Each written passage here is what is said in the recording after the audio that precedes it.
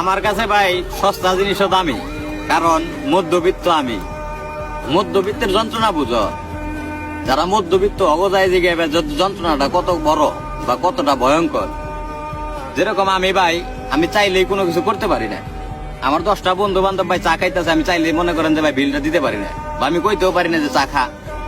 এক জায়গায় আমার 10টা বন্ধু বান্ধব ঘুরবার যাইতেছে, সেটা যে কোনো জায়গায় আমি চাইলেই ভাই যাইতে পারি না।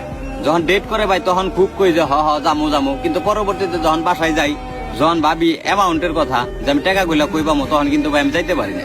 তার মানে কি, আমি ভাই মধ্যবিত্ত। আমার শখ আছে ভাই, সাধ্য নাই।